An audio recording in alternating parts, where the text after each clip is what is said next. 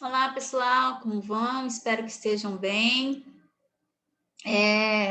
Hoje, a aula de hoje, né? Eu postei um pequeno vídeo, mas a aula de hoje é a pré-história. Então, qual é o objetivo da pré-história? Compreender como viviam os primeiros seres humanos e o processo que eles fizeram, né, de transformar a natureza para atender às suas necessidades, né? Que isso vai ocorrer nesse período chamado pré-história.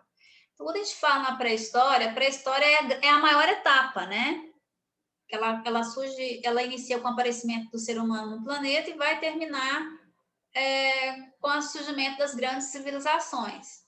Então, se a gente for olhar a pré-história, ela é maior do que a própria história. Mas é tudo história, porque pré-história, antes o homem vivia da natureza, dependente da natureza, não tinha inventado uma escrita, né?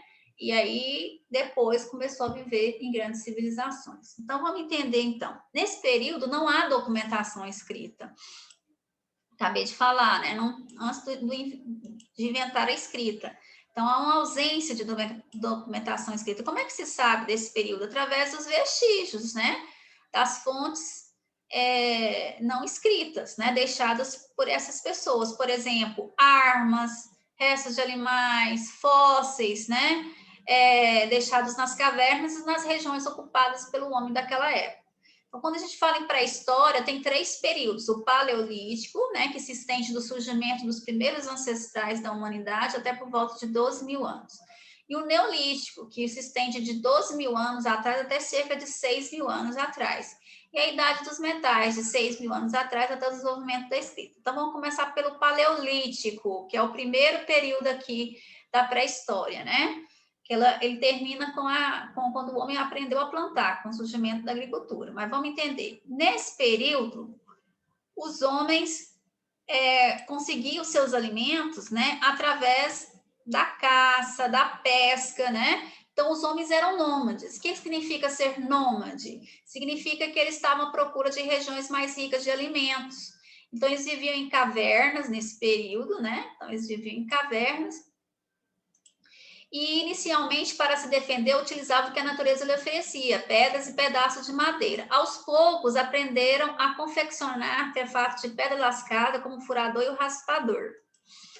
Bom, depois, ele aprendeu a dominar o fogo, né? Então, isso foi uma importante conquista desse período, o domínio do fogo.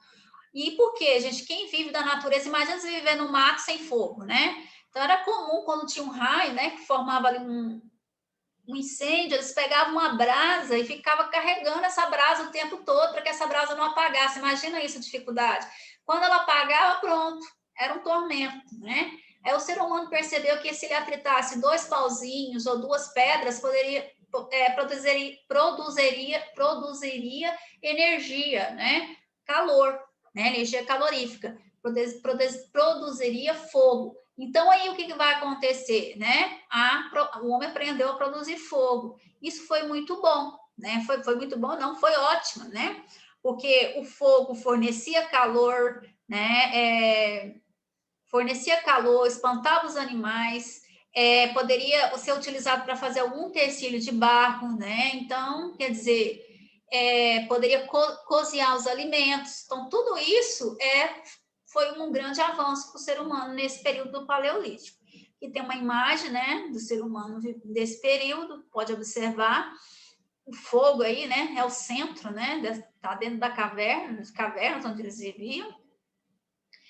E outra característica desse período, que não havia propriedade privada, os bens pertenciam a todos, os trabalhos eram utilizados de forma coletiva, né? Somente os instrumentos de trabalho, as vestimentas e os adornos eram propriedade individual. E surgiram também nessa época as primeiras manifestações artísticas, né, do ser humano, a arte rupestre. O que é a arte rupestre? São os desenhos, as imagens que eles faziam nas paredes das cavernas, com sentido mágico, principalmente de animais, de caça, como vocês estão vendo aqui na imagem. Eles acreditavam que pintando os animais eles apareceriam durante a caçada, seria o que a gente chama de magia simpática. Então, quer dizer, isso aí foi um dos registros, né, deixados pelo ser humano, que a gente sabe, né, dessa existência através desses registros deixados nas paredes das cavernas. Então, o que é mais importante para o ser humano até hoje? A busca do alimento, né? Bom, aí vem a segunda fase, o Neolítico. Nesse foi um dos mais importantes. Talvez se o homem não tivesse. Por quê? Porque o ser humano, se antes ele era nômade, né? Porque ele vivia mudando, né, de um lugar para outro à procura de alimento, ele era dependente da natureza. Qual que é a grande característica desse período? A sedentarização, né? O homem se tornou sedentário, né? O que é isso, sedentário? Passou a morar em um lugar fixo, geralmente escolhendo ali próximo dos rios, né? Então ele aprendeu a plantar. Então a revolução agrícola vai ser importante para que o ser humano não entrasse em extinção. Talvez se ele não tivesse aprendido isso, ele tinha entrado em extinção. Então isso é um processo de evolução, como a gente estava falando, né? Então a melhorou tudo, né? Porque quando ele começou a produzir os alimentos e também a domesticar os animais, né, para consumir a carne deles, então ele não precisou mais ficar ali mudando de um lugar para outro. Então ele mudou para lugares férteis e tudo melhorou, né? Houve uma melhora do padrão de vida, diminuição da mortalidade, maior longevidade, naturalmente um aumento aí da população. Passou a ter uma divisão do trabalho, porque como houve um aumento da população, começou a dividir o trabalho, uns praticavam a caça, outros praticavam a pesca, outros ficavam, as mulheres, por exemplo, ficavam reservadas de plantar e colher os alimentos, né?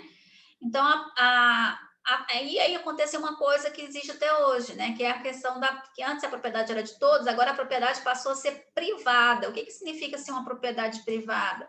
Significa que a propriedade passou a ser de uns apenas. Uns têm e outros não têm. É o que a gente chama de desigualdade social. Então, aqueles que tinham as melhores terras, as terras mais férteis, prosperavam, e aqueles que não tinham, não prosperavam. Então, passou a ter uma desigualdade social. E claro que aqueles que não tinham, que tinham propriedade melhor, eles, né, tomavam posse, começaram a cercar essas propriedades. Logo surgiu a ideia do Estado para criar leis, né, com o aumento da população, com a complexidade da sociedade, se bem que o Estado geralmente era para defender os interesses de quem tinha, né, não os interesses de quem não tinha. E aí surge uma terceira fase, que é a idade dos metais. Em vez de usar pedra, madeira para fazer utensílios, para fazer armas, eles começaram a mexer com o metal. Produziu cobre, produziu para fazer lanças, espadas, capacetes, ferramentas e objetos de adorno, né? Então, a gente tem aí a questão desse período que é a idade dos metais, a utilização do cobre, a utilização do bronze, né? Bom, e aí a gente falou na última aula que o ser humano surgiu na África. Como que ele chegou aqui na América, né? Sendo que a África, a Ásia e a Europa é separada da América pelo Oceano Atlântico. Então e pelo Oceano Índico. Então, Índico não, Pacífico. Então você tem o que aqui? Duas hipóteses, né? A primeira hipótese é que o ser humano foi migrando, foi andando, migrando, procurando lugares melhores, terras férteis, água. Então, ele conseguiu passar aqui, ó, da Ásia, da Europa para a América, né? Chegando até aqui onde é o Brasil, América do Sul. A segunda hipótese, que não é tão aceita, né? Que é de navegação. Eles construíram, né, barcos e conseguiram passar. Então, a gente tem aí esse período, que é o período da chamada, das duas hipóteses da chegada do ser humano aqui na América. Isso porque a primeira hipótese pelo Estreito de Bering, tá vendo? Aqui o mar congelou devido às gladiações e foi possível. Hoje não tem mais jeito, mas naquela época teve, porque com as baixas temperaturas do planeta, ele passou. Ou navegando. Então, a hipótese mais aceita é essa aqui, né, andando pelo Estreito de Bering. Os fósseis mais antigos do ser humano na América é encontrado aqui no Brasil, em Lagoa Santa, Minas Gerais. E o fóssil mais antigo encontrado é da famosa Luzia, né? Encontrado há 12 mil anos atrás. Então, esse aqui é o crânio, né, desse fóssil, e aqui é a reconstituição por computador de como ela seria. Você pode observar que ela tem traços negroides, né?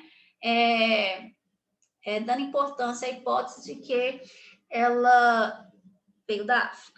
Apesar de ter duas migrações, uma africana e a outra asiática. Certo? Então, tá bom. É isso aí. Obrigada. Fiquem com Deus.